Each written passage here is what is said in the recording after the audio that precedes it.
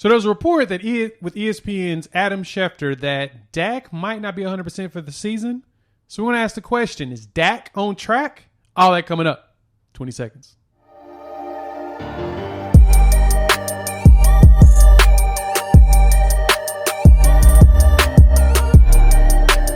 What's good, everybody? It's your boy Jay here with Unfair Sports, where we take a pensive approach to the sports conversation. In this video, we're going to talk about Dak Prescott's shoulder and what does that mean for the Cowboys. Let's start with NFL.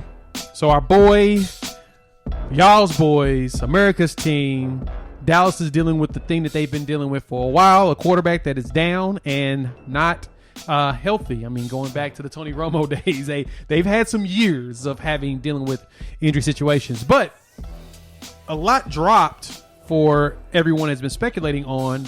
Adam Schefter with ESPN spoke during halftime of Friday night's Chiefs and Cardinals game about Dak's situation, and basically he said that Dak, more so in regards to Dak's lingering absence due to that shoulder strain or whatnot, and he's saying that Schefter says that he's not fully back.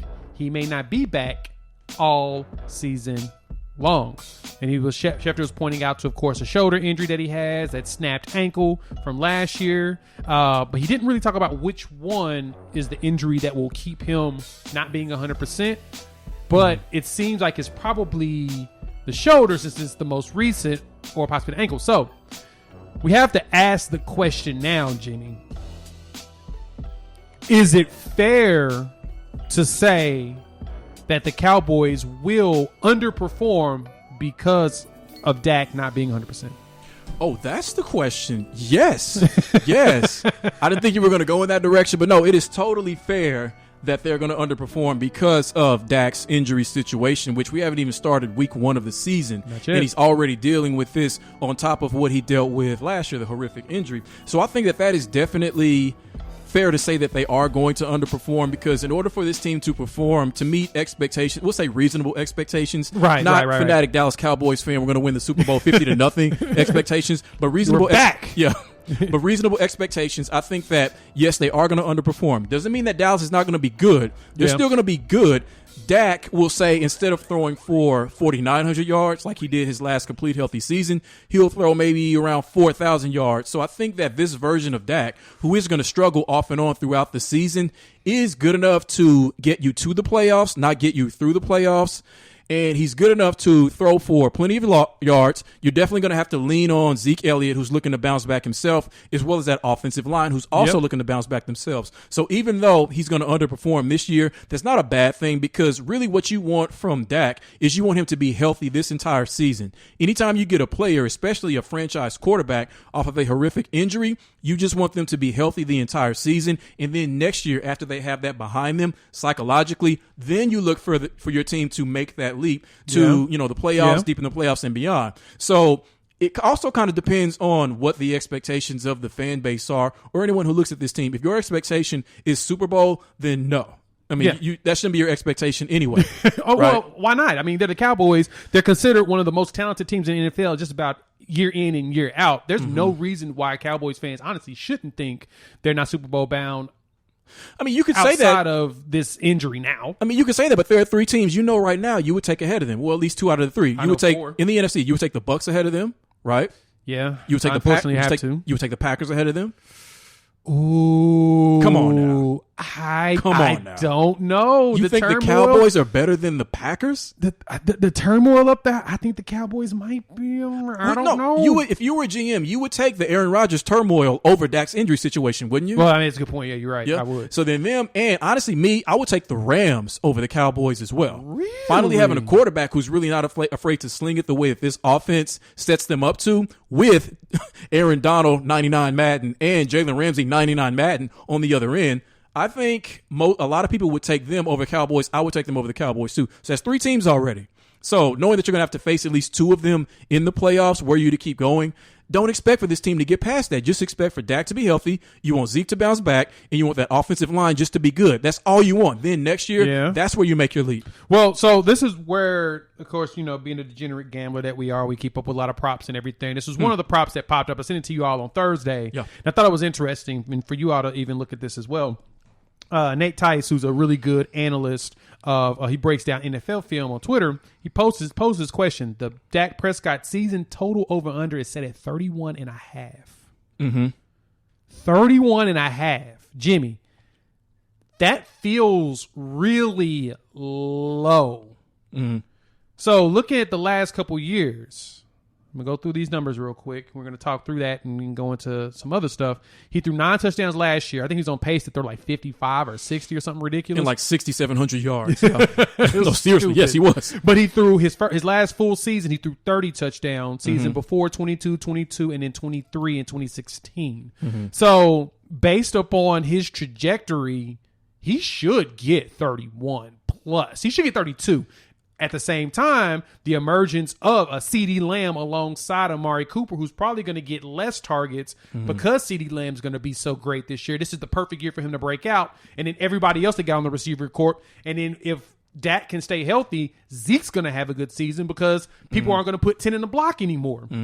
So with the way that looks, and then Schefter talking about him not being 100%, I'm trying to figure out if Vegas is trying to trap us. Just hearing you say that total, and this is his passing touchdown total, 31.5 over under. I think that if you're the Dallas Cowboys, you want him to go under that. Because what that means is that you've, in a sense, altered your game plan in order to, I guess, offset the fact that he's going to have this shoulder that could be a problem. What you want is, again, you want to actually kind of shift back to what the offense was before Dak's passing ability emerged, which was very Zeke-centric. So you have Zeke. You have probably, to me, one of the best backup running backs in Tony Pollard, right? So you're going to want to, I guess, in a sense, center the game plan more around them. And in order to preserve his shoulder, center it more around the more short-term West Coast short-distance passing game as opposed to making him throw big throws 5 or 6 times a game. Right. Go back to the Marion the Barbarian, Felix Jones, the Lightning Thunder dual running back system. I get that. For me, I do think that it is fair to say if he's not 100%, they're probably not going to have a good year. I mean, watching Hard Knocks last couple of weeks, you can tell with his demeanor that, of course, he's irritated as hell that he's not being able to play every single snap. But he understands the fact that he strained his shoulder, which that no one's said how. It seems like he's just been overthrown. He's throwing the ball too much. Could be it. He ain't got hit. So where is this shoulder injury coming from? I think if anything that concerns me about this piece, I want to know where the source is.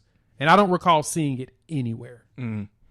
So as long as they said the MRI was good. So based upon the MRI and all of the medical staffing or whatever, the information that's been coming out as far as the injury report goes, he looks like he hasn't strained anything additionally. He's healing the way it should. And so he should be good coming week 1. But if Schefter is saying that he potentially won't be number 100% and they're expecting that, what besides the ankle, which he looked good running. Yeah.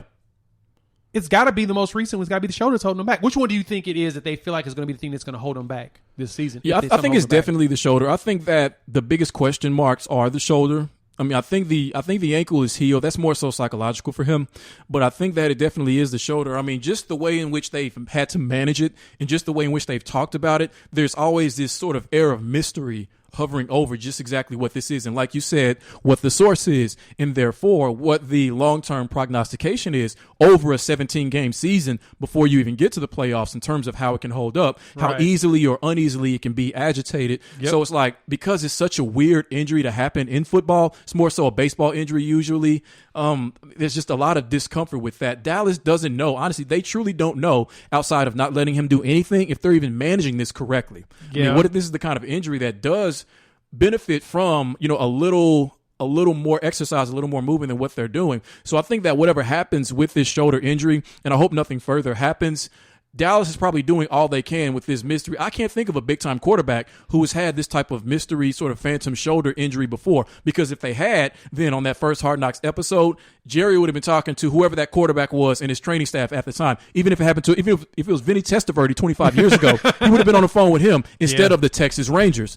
So nobody in football knows exactly what this is. So it's got to be the shoulder. It's got to be. Well, hopefully it's not lingering too far through the season. Hard Knocks has been great. We'll talk more about it next week. Two episodes down. The next episode will come on. This will launch on Tuesday. So you'll see another episode Tuesday night. Make sure you check it out so we can laugh and talk about the first 3 episodes on the next episode.